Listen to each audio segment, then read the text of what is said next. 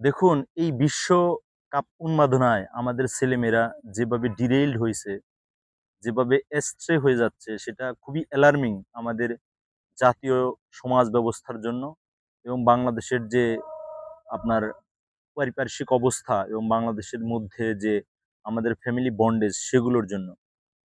এই কথাগুলো অনেকটা বিস্ময়ের সাথে যদি আপনারা একটু চিন্তা করেন তাহলে লক্ষ্য করে দেখবেন যে আমি পূর্ববর্তী ২ টা ভিডিও বানিয়েছিলাম। একটা হলো ব্রাজিল এবং আরেকটা আর্জেন্টিনা। আজকে ওই ভিডিওর পরিপ্রেক্ষিতে এই ভিডিওটা বানানো। সেটা হলো যে আমরা দেখেন এই যে ব্রাজিল যে উন্মাদনায় আমরা লড়তেছি, মুখরিত হচ্ছি, তার কয়জন প্লেয়ারের আমরা চরিত্রগত বিষয় জানি? বা ব্রাজিল অ্যাকচুয়ালি আমাদের বাংলাদেশের যে আর্থসামাজিক অবস্থা এবং বাংলাদেশের যে ইনসাফ ভিত্তিক সমাজ লড়াইয়ের জন্য যে বিশাল বড় একটা সংগ্রাম, সেই সংগ্রামের পথে তারা কতটা অগ্রগামী ভূমিকা পালন করে বা কতটা অগ্রগামী ভূমিকা পালন করবে সেটা নিয়ে আমাদের প্রশ্ন রাখতে হবে।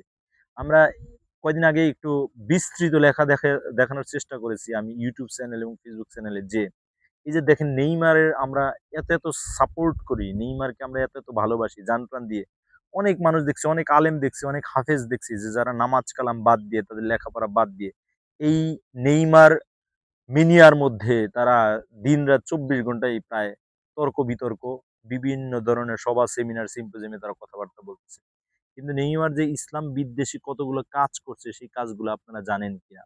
তারা যে এই যে বিবাহ বহির্ভূত যে একটা সম্পর্ক, সেই সম্পর্ককে সারা বিশ্বের মধ্যে যে একটা নরমালাইজ করার জন্য তাদের যে চিন্তা চেতনা, সেই লক্ষ্যে যে তারা কাজ করছে, সেটা আমাদের ছেলেমেয়েরা যখন এই জিনিসগুলো স্টাডি করবে, তখন কিন্তু এই জিনিসগুলো তাদের মধ্যে অ্যাডপ্ট করার চেষ্টা করবে। আমাকে অনেকেই প্রশ্ন করছে যে, "হঠাৎ করে আপনার এই ধরনের অ্যালার্মিং চিন্তা কেন হলো? যে তাদের লাইফ স্ট্যান্ডার্ড বা তাদের লাইফ টেনডেন্সি, তাদের লাইফ ট্রেন্ড, তাদের ফ্যাশন এগুলো কেন আমাদের ছেলেমেয়েরা রপ্ত করতে যাবে?" কেন রপ্ত করবে না আমি সেই প্রশ্ন করি। দেখেন আপনি যদি ঢাকা বিশ্ববিদ্যালয়ে ভর্তি পরীক্ষা দিতে যান, নিশ্চয়ই আপনার অনেকগুলো সাধারণ জ্ঞান পড়তে হয়। এর মধ্যে নেইমারের জীবন কাহিনীও আপনাকে পড়তে হবে, মেসির জীবন কাহিনীও পড়তে হবে। সেইখানে আর এখন তো আমরা জানি এআই ভিত্তিক সমাজ আমাদের, এআই ভিত্তিক সারা বিশ্ব গড়ে উঠছে, গ্লোবালাইজেশন এ এত পরিমাণে ছড়িয়ে গেছে, যেখানে একজন মানুষ তার ইনস অ্যান্ড আউটস কি করতেছে না করতেছে সবগুলো বিষয় কিন্তু আপনি গুগলে পেয়ে যাবেন। সুতরাং একটা ছেলে, একটা সেলিব্রিটি সম্পর্কে যখন জানবে, সিরিয়াসলি স্টাডি করতে যাবে, তখন তার এই জিনিসগুলা কিন্তু বের হয়ে আসবে। আর এই জিনিসগুলো বের হয়ে গেলে সেও এটাকে নরমাল মনে করবে। আপনারা দেখেন এই যে মেসির ৪ টা ছেলেমেয়ে, ৪ টা ছেলেমেয়ের মধ্যে ১ টা ছেলেমেয়েও কিন্তু বিবাহ বা বিয়ের মাধ্যমে যেভাবে আসে, সেইভাবে কিন্তু আসে নাই। আমাকে অনেকেই প্রশ্ন করছে। আমার প্রায় শতখানিক প্রশ্ন আসছে। Facebook কমেন্টে আমি দেখলাম যে, "তারা তো ইসলাম মানে না। তাদের কেন এই জিনিসগুলো রপ্ত করতে হবে?" আমার প্রশ্ন হলো, ইসলাম শুধু নয়, সারা বিশ্বের কোন ধর্মের মধ্যে আছে যে বিয়ে ছাড়া সন্তান-সন্ততি নেয়া যায়? আমার 100% কারণ একটা ধর্ম আপনি দেখাতে পারবেন না যে ওই ধর্মের মধ্যে এই কথাগুলো বলা আছে। আপনি দেখেন আমাদের তো উৎপত্তি সব এক জায়গায় থেকে, আদম এবং হাওয়া থেকে। যেটাকে আপনারা অ্যাডাম বলতেছেন, আপনারা ইভ বলতেছেন, সেখান থেকে উৎপত্তি। সেখান থেকে যদি উৎপত্তির চিন্তা করেন তাহলে দেখবেন সব মানুষের ওই রসুনের গোয়ার মতো যে সব একই জায়গায় থেকে উৎপত্তি। সেই চিন্তা করলে দেখবেন আপনার ওই যে মুসলিম কি অমুসলিম সেই চিন্তা আসবে না। চিন্তা আসবে তার লাইফ টেনডেন্সি, লাইফ ট্রেন্ড, তাদের ফ্যাশন কি অবলম্বন করতেছে, তারা কি অ্যাডপ্ট করতেছে। সেই জিনিসগুলো আমাদের ছেলেমেয়েরাও রপ্ত করবে। মেসির ক্ষেত্রেও এই কথাটা প্রযোজ্য। মেসির ৩ টা ছেলেমেয়ে অলরেডি হয়েছে। একটা ছেলেমেয়েও কিন্তু বিয়ের সম্পর্কের মধ্যে আসতেছে না। এখন প্রশ্ন আসতে পারে যে মেসি না আসলে আপনার সমস্যা কি? আপনি তার দেশের মধ্যে দেখেন যে তার মধ্যে আমি আর্জেন্টিনার একটা ভিডিও বানিয়েছিলাম যে তার দেশের মধ্যে প্রায় ৪০% আছে নাস্তিক লোক। এই আর ৬০% আছে আস্তিক। এই ৬০% মানুষ তাদের যে ধর্মকর্ম আছে, এই ধর্মকর্ম মেইনটেইন করেই কিন্তু সংসার জীবন পালন করে। তাদের আর্থসামাজিক অবস্থা সাজানোর চেষ্টা করে। সেখানে মেসির অবদান কোথায়? নাই। সুতরাং আমাদের ছেলে-মেয়েকে যদি আপনি কন্ট্রোল করতে চান, তাহলে এই মেনিয়ার মধ্যে আপনি তাকে ভাসাতে দিবেন না। সে তার যে নরমাল এক্টিভিটি আছে, সেই নরমাল এক্টিভিটির মধ্যে থেকে যতটুকুন আনন্দ বিনোদনের জন্য, যতটুকুন চিত্ত বিনোদনের জন্য করা দরকার, সেটুকুন করলেই এনাফ। আবার দেখেন রোনালদোর সব দিক দিয়েই ভালো। মানে তাকে নিয়ে যদি আপনি গুগল করেন, হাজার কোটি তথ্য পাবেন। তার হয়তো ২-৪ টা গার্লফ্রেন্ড থাকতে পারে, হয়তো এক্সট্রা ম্যারিটাল অ্যাফেয়ার থাকতে পারে। বিয়েও করছে সে ২০২২ সালে।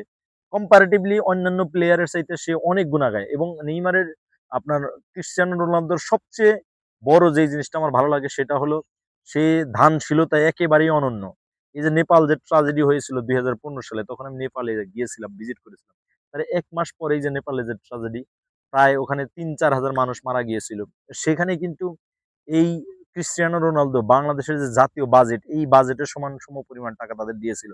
তারা প্রথমত নেয়নি, কারণ নেওয়ার চেষ্টা করেনি। পরে ক্রিস্টিয়ানো রোনালদো ইউনিসেফের সাহায্য সহযোগিতা নিয়ে এই টাকা কিন্তু সে ডোনেট করছে। এবং ক্রিস্টিয়ানো রোনালদো সারা বিশ্বের মধ্যে অরফ্যানেজ গুলোতে, যে এতিমখানাতে যে পরিমাণ টাকা ডোনেট করে, সারা বিশ্বের মনে হয় 100-200 সেলিব্রিটি মিলেও এত টাকা দেওয়া সম্ভব না।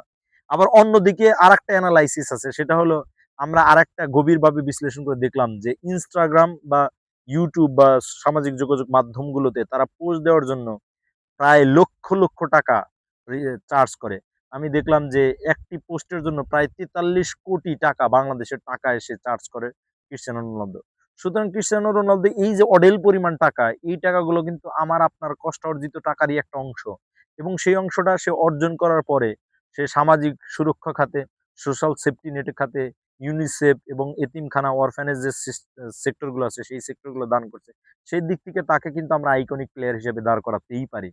সুতরাং আমাদের ছেলেমেয়েদের দিকে স্পষ্ট বার্তা দেওয়ার চেষ্টা করুন প্যারেন্টাল গাইডস হিসেবে, যেটা হলো যে আমাদের সকলেরই উচিত তারা তাদের সামাজিক যোগাযোগ মাধ্যমে রক্ষার মাধ্যমে বা আপনার টিভি চ্যানেল যেগুলো দেখার মাধ্যমে তারা কোন কোন সাইটগুলোতে অ্যাক্সেস নিচ্ছে, তারা কি কি কাজ করছে, এই জিনিসগুলো চেক অ্যান্ড ব্যালেন্সের মধ্যে আনা। যদি চেক অ্যান্ড ব্যালেন্সের মধ্যে আনতে পারি, তাহলে যে এই যে গ্লোবালাইজেশনের অপসংস্কৃতি, এই যে বিশ্ব সংস্কৃতি আমাদের যে গ্রাস করে আমাদের নিজস্ব সংস্কৃতি খেয়ে ফেলবে, সেটা কিন্তু আর খেয়ে ফেলতে পারবে না।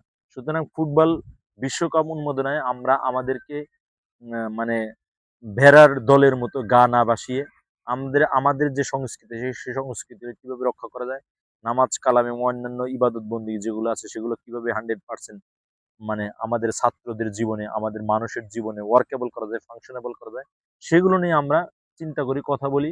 এটা এবং এই কথাগুলো শুধুমাত্র মসজিদ ভিত্তিক হলেই হবে না, স্কুল ভিত্তিক বা কলেজ ভিত্তিক হলেই হবে না। প্রত্যেকটি প্রতিষ্ঠানের মধ্যে এই কথাগুলো যদি ঢুকাতে পারি, তাহলেই আমাদের ন্যায্যতা এবং ইনসাফ ভিত্তিক সমাজ প্রতিষ্ঠার লড়াই আমরা আরো অগ্রগামী ভূমিকা পালন করতে পারবো বলে আমরা বিশ্বাস করি। ধন্যবাদ সকলকে।